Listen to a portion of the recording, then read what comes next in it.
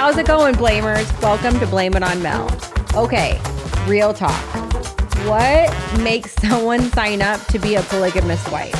This isn't Sister Wives. This is Amy's real life. She faced infertility, left polygamy life, and came out stronger. She's now helping women reclaim their bodies, their faith, and their power. Okay, thanks for being here today, Amy. Thanks, Melissa. I'm excited to be here. I haven't seen you in a really long time. No, it's been a long time. How many years? I don't know. Your baby was a baby. Yeah, she was. We used to go to church together. Yeah. We moved into the first ward boundaries, and that's when I got to hang out with you more. Yeah, exactly. So wait, I can't really remember, but we didn't serve in the Young Women's together? We did. Or did we? Okay. So what did you do in the Young Women's? I'm sorry. I kind of black out a lot of what happened because honestly, there's so many traumatic events. I hear you. Yeah. I was the Young Women's president. I called you as my first counselor. You were the Young Women's president? Yes. You were my president? What? I had no idea. Yeah. That's actually a little bit embarrassing. I apologize. That's okay.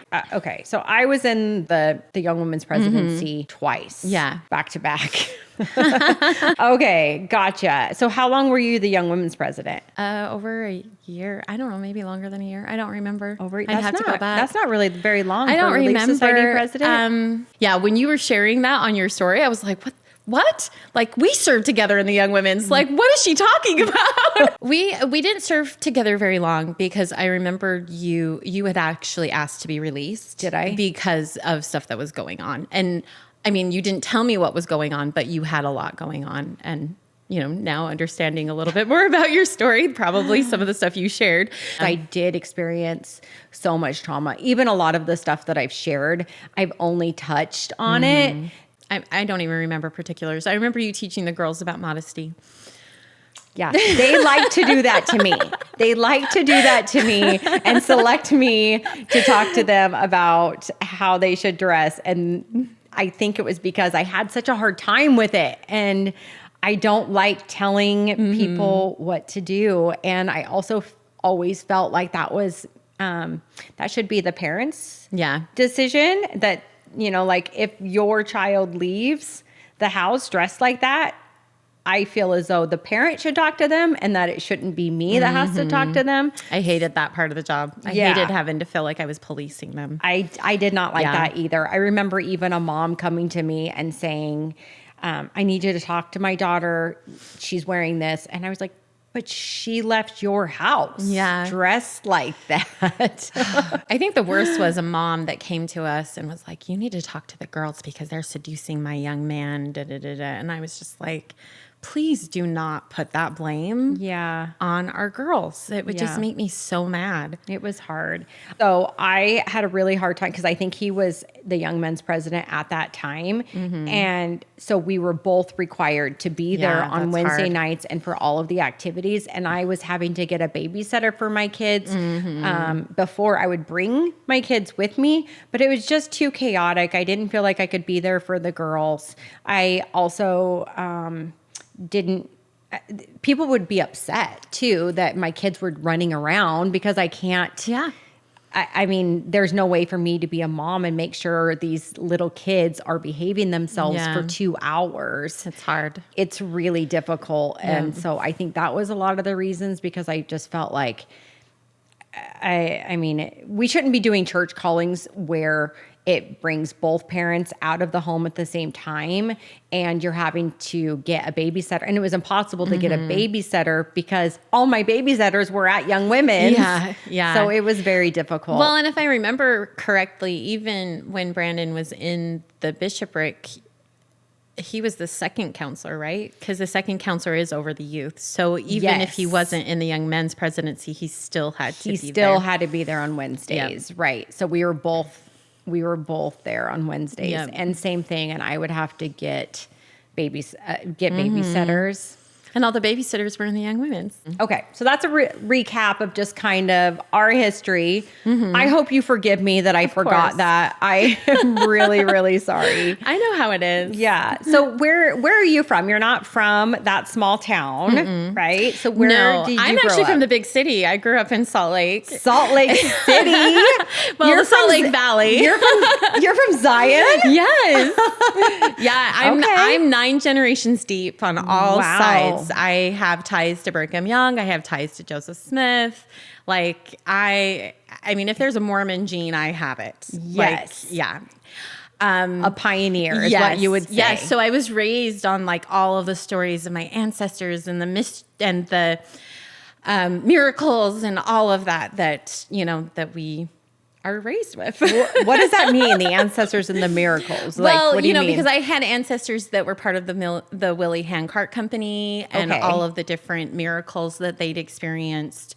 I mean, I had an ancestress who woke up with her hair frozen to the ground and they'd lost fingers and toes and they just sacrificed everything to come to Utah and be a part of the gathering. So did you grow up Mormon then? You did? Okay. Yep. My dad is passed and my mom is no longer an active member. My dad's brother and his sisters smoke and drank and, you know, they just they became Jack Mormon, I guess, if that's still a term. It is. Yeah. I think it's a term.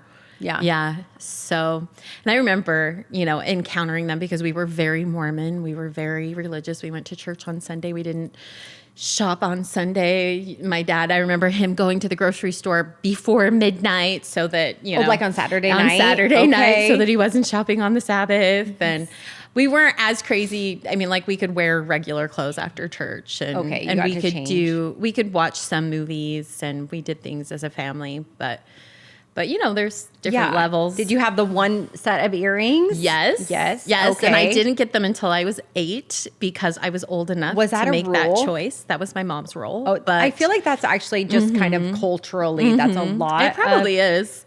Yeah. Like I think a lot of my nieces, same thing. It was like when they were 8, they could kind of decide for themselves. And then that's exactly what my mom said. Yeah. If you can choose to be baptized, you can choose to have earrings.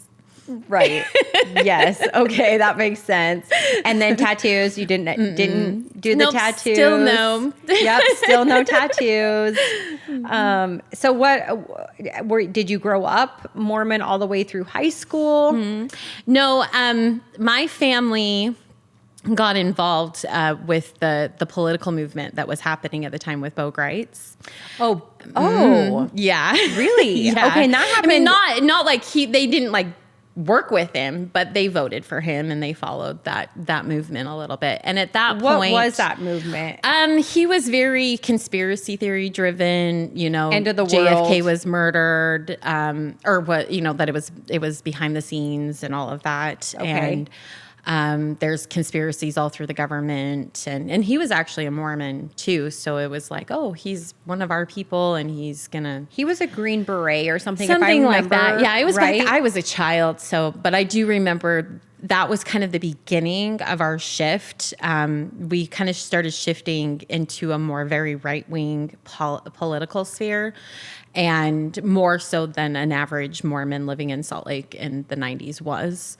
So it was extreme and my parents pulled us out of school. So I was homeschooled. I went to public school till I was in 6th grade. And then it was like, oh, public school's evil. They're going to teach you to be worldly. And so I was pulled out of public school. And that was a joke because I didn't really have any formal education. Yeah, so that was kind of the beginning of it. And through some of those extreme right-wing spaces, my parents started encountering people from polygamist groups that were in the area. So growing up in Salt Lake, you're very aware of polygamist groups because they all dress a specific way. And so we were taught to how do they dress differently? They wear really long dresses. Okay. The girls have really long hair, but it's like 1930s style. It's all braided and slathered with lacquer. And I mean, it's really interesting. And they were wearing like prairie dresses, and they always wore pants under their dresses. Oh. In these specific groups. That's not all polygamists, but the ones that were in your area. Those were actually known as the short crick group, or even the FLDS. I don't know all of the details there, but they were a specific type of fundamentalist. Did they wear the long? Mm-hmm. I believe they probably wore long garments. Oh, yeah. Long garment. They had their own garments. Mm-hmm. Well, the long garment is what the church started with.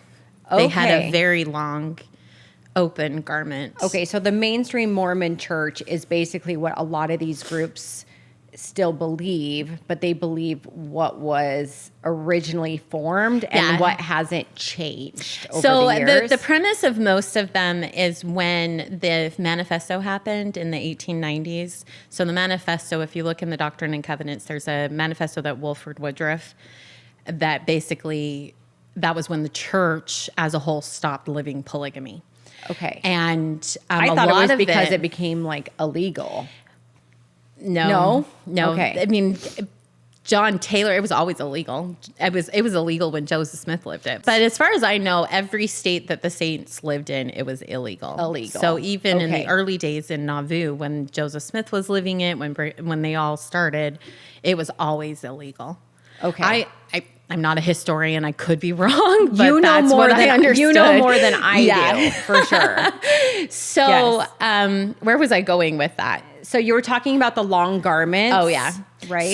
So in the early days of the church, they wore a long garment. But if you think of 19th century America, everybody wore long, like it was scandalous for a woman to show her ankles and, to show her wrist. And so they all wore the long underwear as well. Okay. So from what I understand, a lot of that actually kind of and why it became our underwear is because it was originally their long underwear that they cut the marks into. And I don't know. These are just things that I've heard. I'm not a historian again, but not 100%. But a lot of them do. And the group that I later joined, they all wear the long garment. Okay. So how old were you when you stopped going or did you continue going to the mainstream Mormon church? We did a little bit of back and forth for a little while because, it wasn't cut and dry for us. It was like we still had our ward family and we were still very actively involved. I was 13, so like I was Beehive president and like I was really involved in the church. Of course you were the Yes, I Beehive was. president. Of course. You were 9th generation Mormon. Of course you were. Exactly. Yeah, I was a Mormon princess. But anyway, so then through some of these right-wing circles that my parents were involved in, they started encountering polygamists because most polygamists are very extreme right-wing as well. Okay, so they're going to these Beau Grates meetings, I'm guessing, right? And there were like bookstores that they'd go to, and bookstores? Yeah, there was a specific bookstore that had a lot of like edgy, like conspiracy books and religious books. And so it was kind of a little bit of both. And they would just like meet there and they would just start meeting people. And so one particular person they met, he was an older gentleman who had 2 wives. Okay. An older woman and a very young wife. Like he was older than my dad. So he was like at the time 60s, late 50s maybe. And his first wife was approximately close to his age. And then his second wife was like just a few years older than me. She was really young. At the time or at your age now? Yeah, he actually kind of liked me at one point too. And so how old was this girl? Oh God, she was...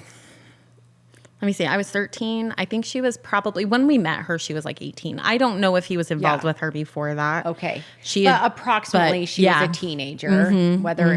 Okay. So around 18. Yeah. And he was in his 60s. Yeah, he was. Wow. And he was part of the Apostolic United Brethren. Okay. And that is the same group that the Sister Wives cast is from. Yes. Okay. Yes. So some people call it the Allred group because at the time it was Owen Allred that was like the leader of that. Oh, that's the last name. Okay.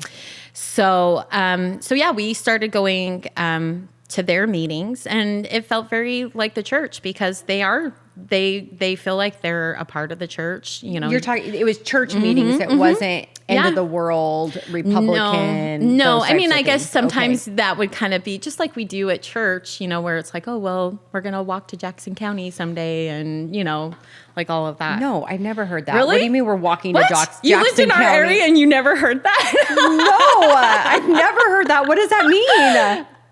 There's a belief system within the LDS culture that when everything starts coming down to the wire, there's going to be a lot of destruction here in the United States, and the saints are going to walk back to Jackson County because that's where the new temple is going to be built.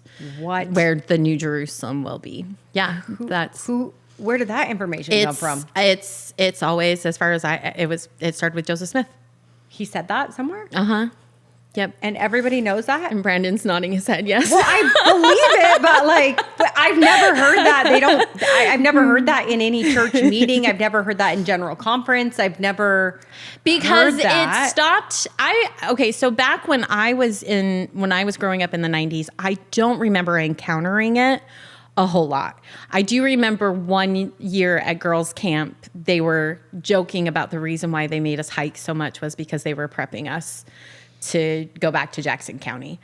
But at that point, I believe my family had already been involved with fundamentalism, so I'd kind of already heard that in external sources. Okay. So that's one thing that I think is really interesting is I encounter a lot of mainstream Mormons when they start learning about my history, they don't realize how much of fundamentalism is the same history as the church. You know, like that that all of their belief systems were something that the church used to. Do they read the Book of Mormon? Mm-hmm. Yeah, all of the standard works. All of it. Mm-hmm. What about the Word of Wisdom? It's different for every group. The group we were a part of, like a lot of the people actually came from the church. So most of the people still kind of loosely followed it the way the church did. Yeah. But it wasn't like, oh, you can't participate in our meetings if you have a cup of coffee. Or it wasn't that was more self-governed. Do they have their own temples as well? The group that I was a part of, they had endowment houses. They didn't believe that they were authorized to build temples.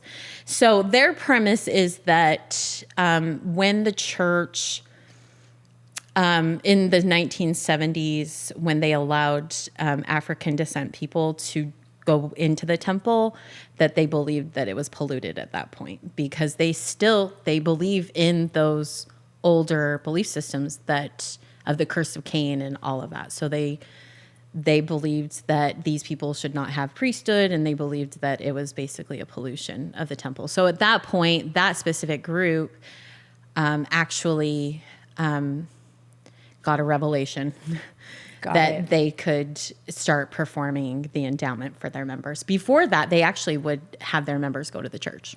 Oh. Mm-hmm.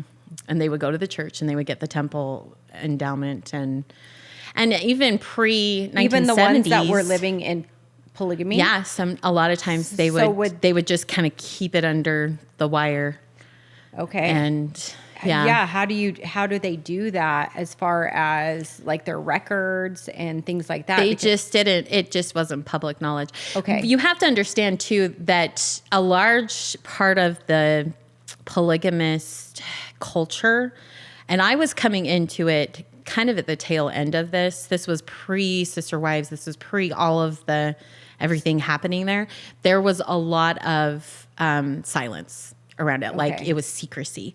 I have a friend that when I first met her, she introduced her sister as her cousin because her sister wife. No, her sister. Oh, her sister. Because her dad had married sisters. Oh. And so instead of telling me that she was her half sister, she introduced her as her cousin. And that specific sister also had a different last name because she was the daughter of the first wife. And in those groups, like the first wives are legally married because they can. Like legally you can have. So it would be easy wife. for the first wife to be able to go through and to be able to answer those temple recommend questions and to get her endowment. That would be very easy. Yep. But for the second one to come in, a lot of times it was probably encouraged, like if they were a younger woman. I don't know, because when I came in, this was all, I mean, I came in the 90s. So at that point, you know, they had their own endowments and all of that. Yes. But from what I understand back in the day, they probably, if there was a second wife that wanted to come in that hadn't been to the temple, they would probably encourage her to go to the church and do what she could to get her endowment. I don't know. Or maybe they just didn't worry about it. I don't know. Yeah. Okay, so your parents, they start going to these meetings. They start going to church with the, can we call them fundamentalists? Yeah. Is that okay? Yeah. Because they're all fundamentalists, but each group kind of has their own name. Is that correct? So the Apostolic United Brethren is their corporate name. Okay, corporate. So they are actually, they're just like the church. I think they're a 501c3. I don't know. I could be wrong. I don't remember. Over my head. Absolutely no idea. But like you have the FLDS. I believe the Short Creek is part of FLDS, or they're, like you have all these different pockets. And then you have families that kind of have created their own little groups. So then within those groups, do they have their own church that they go to, like just their family churches? It depends on how large they are. Okay. If they're large enough, like the AUB was, they had their own buildings, and they had communities all over the Western United States. They even had communities down in Mexico. How many families would be in that church? That's the church that you guys went to? Yeah, I would say hundreds. Okay, hundreds. Yeah, but they like to have new blood come in because they do. We were new blood. You were. It was like, ooh. And I had 4 brothers, so it was like, ooh. So was there 5 of you? Are you the only daughter? No, I am one of 7. One of 7. Okay. I was born number 4, so I have 2 sisters and 4 brothers. I was raised as one of 6, though, because my sister died when she was a baby. Oh, I'm sorry. So thank you. But yeah, that's through my mother. And then my dad married later, and I have half siblings. But at this point in time. But yeah, I was one of 6. And what birth order were you? I was number 4. So then had your older siblings already been married? No. So I was 13. My sister is 5 years older than me. My mom did the Mormon thing and had 7 and 10. Okay. So poor thing. Amazing.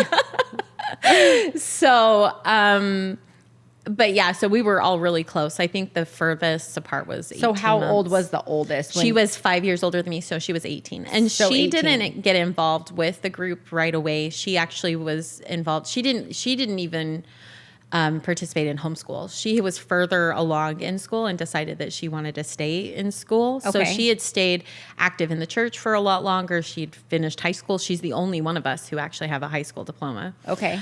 Did she go to college? No, she didn't. But then she ended up meeting a man from that group. Okay. And so then she ended up joining. Did she start going to church with you guys? I think then? we were all baptized together. So at that point, she did actually. I so believe you get we were all rebaptized into this church. Well, because they believe, since the church has done what they've done, you know, in allowing all people to be in the temple. Let's just say it that way. And letting go of polygamy and everything that they've let go, they've lost some of their priesthood. And so their idea is they're the only ones who have the actual priesthood. And so all of your ordinances have to be redone. So yeah, we were baptized again. And we were baptized, actually it was the same wording that I received. Same. Yeah. It's that because, again, they still believe that they are part of the church. It's like the church just doesn't recognize them. I see. The Church of Christ. So maybe not the corporate church. Was that confusing for you as a kid to a get little rebaptized? It was the same thing. Like did you wear the same dress? Like what did you? I mean, I think Your I just wore. baptism I dress? think we got like temple dresses. Like we were able to go to Deseret Industries and just bought like Just white dress. clothing. Yeah, white clothing. And we were baptized. So same thing. They put you in a big pool. Exact same scenario. Okay, with the mirrors and everything. I don't remember. So then you guys are not going to the Mormon church. You kind of said We you were kind of did a little bit out. back and forth for a little while, but then once we moved out of that area, we just severed it completely. Okay. We just stopped going. So was everybody that was part of that group that you went to, that apostolic, what'd you call it, brethren? Apostolic United Brethren. United Brethren. AUB is what they call themselves. So was everybody in there a polygamist? Yeah. So they, to a degree, I mean, everybody aspired to be, I guess. And you had generational polygamists, but then you also had the new people that would come in. And it was really interesting because a lot of the people that would come in they'd be like seminary teachers. They'd be people that were like immersing themselves in the history of the church, and they would start recognizing like, oh, the church let go of polygamy, and the church this isn't adding up. And so then they had been seminary teachers at the regular through Mormon the mainstream church. And then now they're in this new church. Yeah, so they started looking for more, and then they would find that they went down that rabbit hole. Yep. Okay, Yep. so then was your dad kind of pressured to take on a second wife now that he's part of this church? I don't know if he was really pressured other than just like he wanted to. Did he? He was chasing a young girl and she ended up becoming my stepmom. She did. But that group actually, they did not like that because that specific group does not sanction child brides. Like, what does that mean? Basically, like you have to be 18 or older to get married. Like at least when I was involved. And this girl that your dad was chasing was under 18? She was like 14. She was really young. Really? And it's not my story to tell, but sure, yeah. She had come from a pretty abusive home, and she kind of turned to my dad kind of as, like the savior figure, and he kind of followed that. That makes sense. So, but my mom couldn't follow him into that, so that was when she left him. What do you mean she couldn't follow him? She just, well, first of all, she was the same age as my little brother, so she was like, I'm not interested in raising another child. And I don't feel like she's supposed to be in our family. And actually that's kind of how it is in that group is technically you're supposed to get the approval of the first wife. Like she's supposed to be there. But if you read 132, Doctrine and Covenants 132, it says basically if she doesn't give her consent, the man can do whatever he wants. Okay. So my dad was kind of following that premise. Like I had a revelation. She's supposed to be my wife. And you're not on board. And so my mom was like, you're not even treating me like an equal. And she was gone. She left. So she left. So did they get divorced then? Yeah, they did. They did. Yeah. And then he didn't even marry my stepmom until she was 17. At that point, she was an emancipated minor.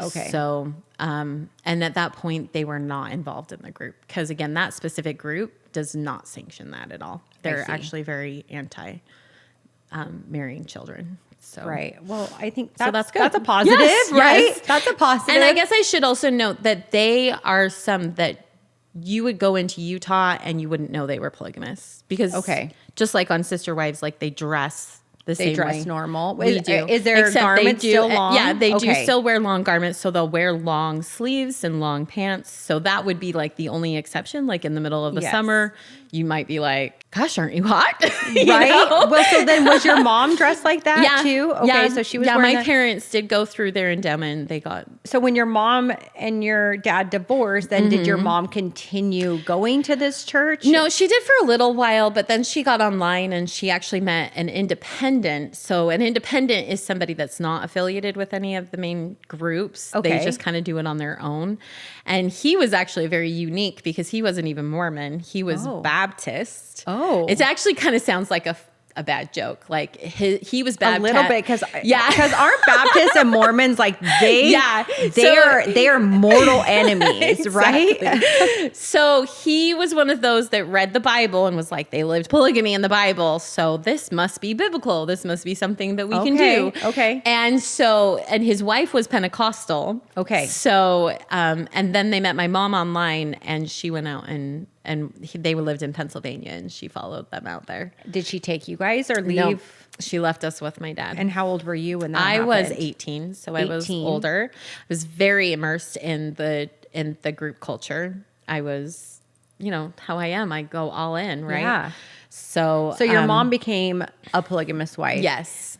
So she was not okay with doing it if it was a young child. No, but then she was like, she believed it. Yeah, she was completely. She had an experience when she was 14. Her grandma had told her about how the church had lived polygamy, and she said that she had a feeling that one day she was going to live it. Like that was something that was going to be part of her history. Yeah. So I don't know how she feels about that now. She's since been excommunicated and is from both all. She's all not of it. Yeah. Okay. And is she still married to? No. She left him after 3 or 4 years. Okay. And then she had a couple of other relationships after that, but she's been single now for, like 15 years. Just kind of doing her own thing. And did she have any kids with that other No, husband? she was past. After she had my little brother, she'd had a tubal, so she wasn't in a position. Then to what have would children. be the purpose of her or of this guy taking on another wife? So a lot of people, yes, polygamy is lived for children. Like that's a large part of it. Yeah, right? To multiply and replenish the earth, right? But there's also an idea of a fullness of priesthood. They have this idea that there's a quorum, like a man has a fullness of priesthood if he has 3 wives. 3? Mm-hmm. Has to be 3? Yeah, at minimum. And I've heard it said that there's several layers of what? I don't know. They get more priesthood if they have more wives. I don't know. Really? More priesthood? Like not more blessings, but you get a higher priesthood? Or they have, maybe a better mansion in heaven. I don't know. Is it kind of like, or becoming more like God or something like that? And they also believe that that's the only way that you actually fulfill the covenant that you make in the temple is to actually live polygamy. So in order for them to even keep their first families, they have to have that fullness. Yeah.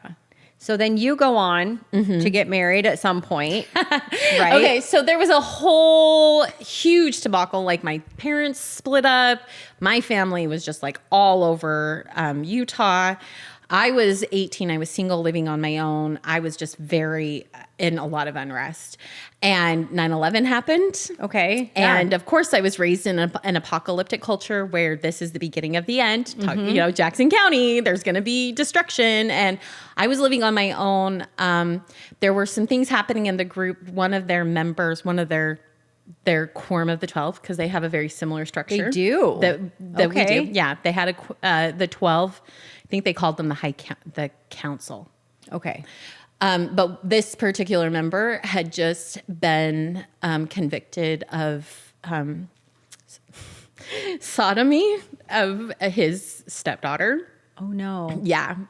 So, and that was kind of the beginning of me really losing confidence. His stepdaughter. Mm-hmm.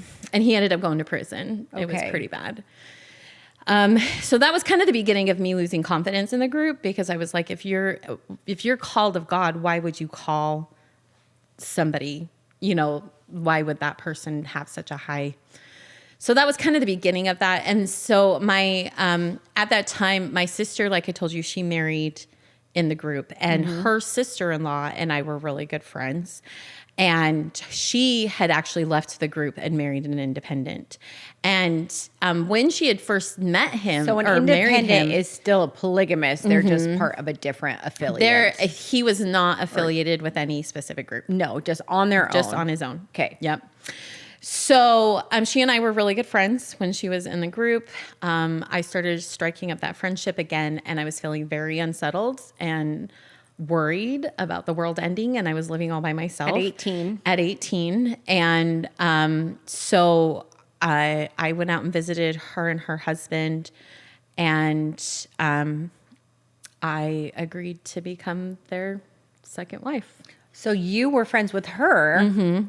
Mostly. She and I were really, really good friends. We were, even after I married our husband. How long had she been married? Oh, let me see. She had been married previously. So she had a daughter with her first husband. She had been a third wife. It was not a good situation at all.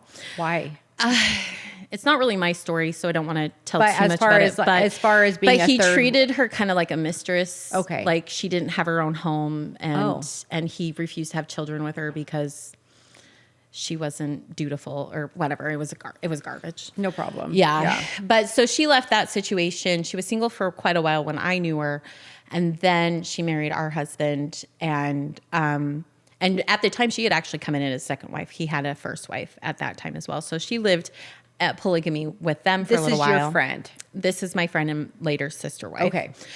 And this is a different marriage. Yeah. This is a different marriage. Well, no, this is our husband. This is, okay. Our husband, he was married. It's a little confusing. I know. I'm sorry. I'm not saying names on purpose because I don't want to. I totally get it. But, yes, as you shouldn't. So yeah, when she married him, he was married. So she came in as a second wife. And then the first wife left. Because she had left the marriage of being the third wife. Mm-hmm. And so did she get divorced of that or how did that work? Or did he die? I think it was very similar to what we do here. They had like a ceiling cancellation. Like she had to go in and so she left that marriage and then she is now part of another polygamous marriage. So then she married our husband and she left the group in order to be with our husband. So she left her family and everything to be in because they were part of a different because group. They believe that they're the only true church and they're the only ones who have priesthood. Familiar, doesn't it? Exactly. And so therefore her going outside of their jurisdiction, basically she was thumbing her nose up at them and saying that, So, I mean, they don't do like excommunications and stuff. I don't know. Maybe they do. Did she have to travel far? Or is that like within the same area? No, it was in the same. Okay. I think he had been looking, just kind of maybe looking for a group, looking for a community. Is this all within Utah? Yeah. Okay. All within Utah. He had come out to some of our meetings and I think that's how they met. Okay. And then, of course, when they got married, he was asked to not return. So why would he come out to your guys' meetings as an independent? That happened a lot, actually. Really? You know what? The groups would kind of do that looking for fresh blood. Really? Looking for a wife, basically? Mm-hmm. Okay. Yeah, and I have several friends who married into other groups and... Yeah, so that was very common actually. And that's okay? It's okay if they come and join, but if the woman leaves with them, then basically they're leaving the church. So as far as him being an independent, he's not part of a group at all. Mm-mm. So he would be more accepted because he could come into their initially, group. Yeah, initially he would have been because he would have been like an investigator, right? Yeah, because they're thinking you're not a threat. You're not coming to take any of our girls back to your group. Yeah, you're an independent, so we could maybe convince you to come to stay us here. Yeah. Right? Yeah. Okay. Yeah, very much that way. Okay, I'm understanding that. They didn't like it because he wasn't looking really he didn't feel like that's where he wanted to be. So and he was also a convert to the church. That group doesn't know that. Yeah, they didn't know that initially. But he was a convert to He what was a church? convert to the mainstream church. Oh, interesting. He joined when he was a teenager. And then, I don't remember probably 30s, he and his wife started looking into fundamentalism. And that was the first wife. Mm-hmm. Okay.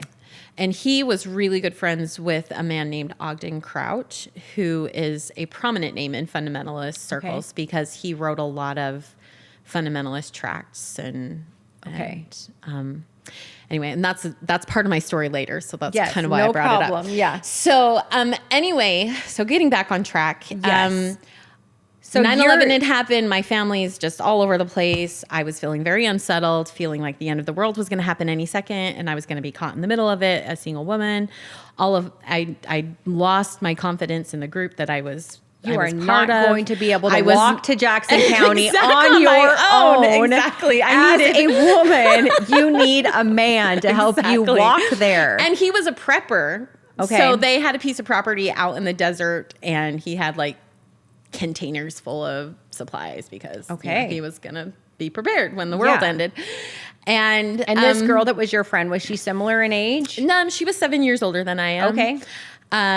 And she, like I said, we were really good friends. We both sang. We both enjoyed theater. We both, we had a lot in common. Yeah. So we had a lot of fun together. I was married to him in 2001. Yeah, November of 2001. Did you also have to get the approval from his first wife? No, because she was gone. So why was she gone? Did I miss that? Because she left. She just left. She left him. Just left him? Mm-hmm. Why? She didn't want to live polygamy anymore. She decided. I think she became agnostic or something like that. Okay. Yeah. So I wasn't ever part of. I knew her from before, but I never lived polygamy with her. Gotcha. So then your friend, now does she become the first wife? Yes. The other one left? Mm-hmm. She was the first wife. I was the second wife. And we lived in a fifth wheel. Together? Yes. Was there any off grid? Was there in the middle of nowhere. Any kids? Yeah, she had her daughter from her previous marriage, and she had 2 little girls, and she was pregnant. When yeah, I think that's right. So the 2 little girls were not the kid from the other marriage included. Yeah. So she had 3 total. She had 3 little girls. So her daughter from her first marriage, and then 2 with our husband. Okay. And she was pregnant with her third. And then when that I joined first the family. daughter from her other marriage, did she pretty much have her full time? Did she had custody? Yeah. Okay. I don't remember her ever going and spending time with her dad. Okay. So she was pretty much there all the time. Yeah. Yeah, so we lived in polygamist bliss. Well, how does that work? And you're all in a fifth wheel. Yeah, so we would take turns taking the bed, because we had the little kids, every other night, or it was every 2 nights. It was something like that, where so he always had the bed, and we would go back and forth and spend the night with the kids. And then where would you go with the kids? Just it's just like, it was a fifth wheel with a pop out. So you had the bed, and then you had a living room area. And so they would be back in the bed, and then I would be with the kids. In a bunk room kind of a thing? Yeah, it was kind of like we made beds and stuff. I don't remember all of that. But yeah, it was something like that. Something like that. Later on, we did build an addition. So she had her own bedroom and a bathroom. An addition onto the fifth wheel. Onto the fifth wheel. Mm-hmm. Okay. And our plan was to eventually build a house. And, he was a builder, and he had the skills to do that. But so you were saying you kind of take turns every other night? Is that and her birthday is actually the day after mine. So it was I remember there being a little bit of tension, because she was like, well, when I was with the other wife, we would always do this special thing for our birthdays, and it's but your birthday is right next to mine. And so how are we going to figure this out? And I don't know. I don't know if we even had to deal with that. Let me see. Yeah, I guess we did. We did go through one birthday, because I was only with him for 9 months. And so you would not go somewhere. It was still in the fifth wheel. No, we did. I'm did. pretty sure we went away for somewhere. I don't remember. It was a long time ago. Somewhere. But he would have to go twice. Yeah. Okay. Yeah. And then was he older than you? Similar in age? He was 19 years older than me. So he was 38. He had just turned 39 when we got married. Okay. And I was 20. And she was pregnant, is that right? When you got married? When we got married, yeah. So then how does that work as far as, because you said you switch every other night, but if she's already pregnant and the goal is to, it didn't really matter? Every fundamentalist group is a little different. Some of them are very staunch that you don't have relations when the wife is pregnant. But that's just kind of all up to your Is that how it was in your group? It wasn't that way with us. Okay. It was that way in the group. There were some families, but it was kind of at the point that I came in, and of course I was a naive kid, so I didn't really have to deal with that much. But I remember it just felt like it was more just at the discretion of the individuals. It wasn't something and it depended on the leader. Some of them would be that's the law of chastity, is you do not, whatever. So. Yeah. So you guys all had dinners together, right? Yeah, and we took turns. It was wonderful. Really? You loved it? Being a woman who I've been an only wife for so long, to have another woman there to help do the chores, and to help take care of the babies. Yeah. It was actually a lot of fun. Actually, I remember her complaining that she and I were so similar that she always ran out of ideas to cook, because the first wife apparently had very exotic tastes. Okay. And she always was making weird meals and whatever. So she was like the safe meals. But then I came in and we were making similar food. That was just one of those things that kind of kind of stuck in there that I remember her kind of not really complaining about it, but just kind of commenting on it that like, this is a little different. Right. But we had a lot of fun together. Like I said, we were really, really good friends. So, and we would interact with a lot of different fundamentalist families, and they're just like, oh my gosh, you guys are just like so lucky. Like you love each other.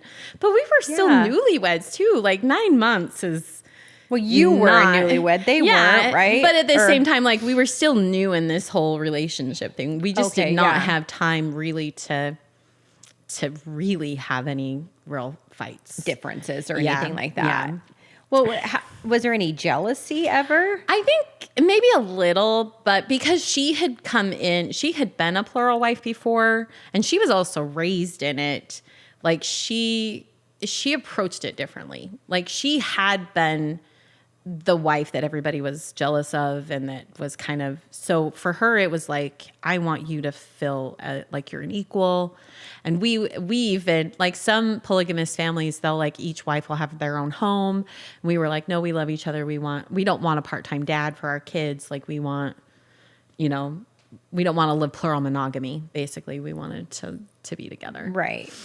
But you hadn't grown up in it, so I would think that you would have some sort of jealousy. I don't know. Like, do you ever hear really things, a jealous person? Hear those noises or anything? Like, I mean, because because as I remember, even as a kid, and like, there's no way around it. You can hear your parents, like you can hear it. So there's no way. And we lived in a camper when we were building this house. Yeah, we lived in a camper. Every time someone gets up to go to the bathroom, it wakes everyone up. So I can't imagine having sex and it not being something that you can hear. I don't remember ever hearing them. I remember her daughter kind of teasing me once that she could hear me. Oh. And I remember being very embarrassed about that. And because she was older, she was like 10. But I don't remember ever encountering that. Okay. And I'm not really a jealous person. Like I'm pretty confident in who I am. Yeah. That I don't know. I mean, I feel like you would have to be confident. Yeah. It would be extremely difficult to do that and also get jealous. But I don't know. I know. I couldn't do it. I couldn't. I would be so jealous. Like I said, I was groomed to believe that was the way you do it. From 13 on, like what types of grooming methods are there? Like, what is it? I think it's just, I started going to young women's, their girls class. That's what they called it. And we would talk about it all the time. It was very similar. Young women's. Yeah. Well, they called it girls class, but it was very similar to what we have in the church. And you just get inundated with these messages. And I remember learning a lot too, that it's not a sin to be jealous. It's a sin if you act on the jealousy. So, and they would also say things like, because they believed in consecration and united order. So they would say things like, united order for men is like polygamy for women. Like in united order, men have to learn how to work together. And in polygamy, women have to learn how to work together and to love each other regardless. They have to learn to work together in their jobs. Is that what they're because talking in a about? united order, it's like everybody's working together for one whole. It's like a great big family. And that's actually part of our church history. We had united orders all over Utah. So did you, was there jobs? They were actually intertwined, the men within that group? There were different attempts at living united order. I was never part of any of those, so I'm not sure. Yeah. But that was just something that I remember them saying, that you just have to learn to let go of the natural man. The natural man is the enemy of God, all that. Like, you just have to lean into your relationship with Christ and focus on that. Wow. So did you ever get pregnant? But I was young and ideal. So did you ever get pregnant? No. So let's talk about that.